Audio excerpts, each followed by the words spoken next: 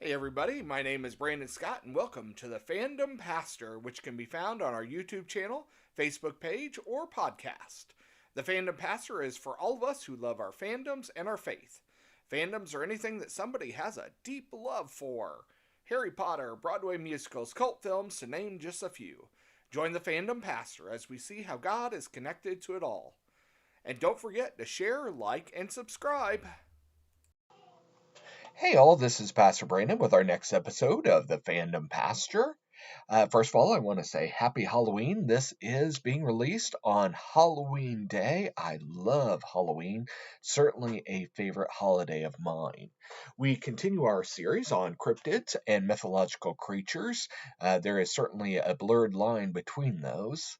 The clue from last time is that according to legend, this was the 13th child of Mother Leeds. We're talking about the Jersey Devil.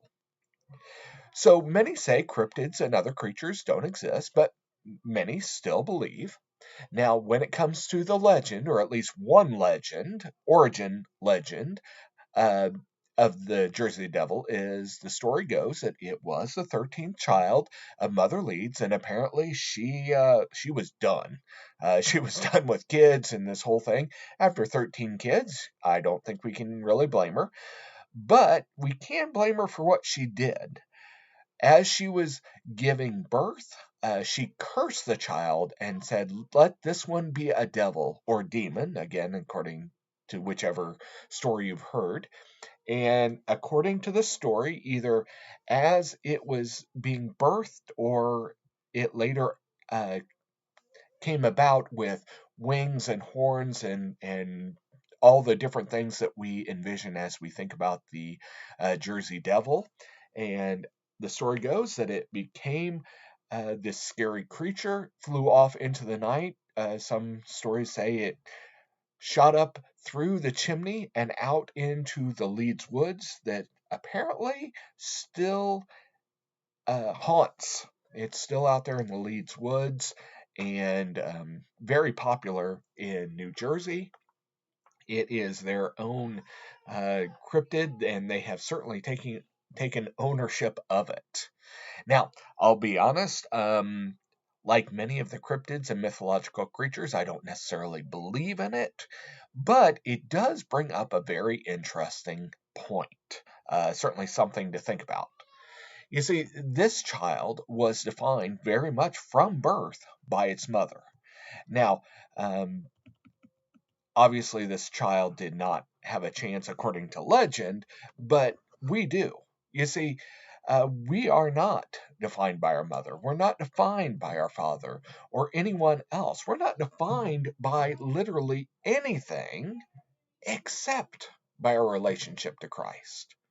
You see, many say, well, my parents, the region I live in, or the family I was a part of, or my background, or my finances, or my education. They say all sorts of different things define them, and they can't get out of it. But through Christ, we actually become something new. 2 Corinthians 5:17 says, "Therefore, if anyone is in Christ, the new creation has come. The old has gone, the new is here." As we look at Paul, who wrote a number of the letters in the New Testament, many could say he could not get out of his identity. When he was Saul before he accepted Christ, he was a murderer of Christians. And he became a new creation. He changed his name from Saul to Paul to even indicate this, even more so. He was a new creation. He was no longer defined by what his past was, but instead what his future was in Jesus Christ. And so make sure that nobody defines you but Christ. Just something to think about. So here's our clue for next time as we continue our series on cryptids and mythological creatures. The clue is that, again, according to legend, shortly after this creature was spotted on the Silver Bridge, the bridge collapsed, resulting in the deaths of 46 people. Now, the bridge did collapse and it did kill the people But as to whether the creature was there or even had anything to do with it, who knows?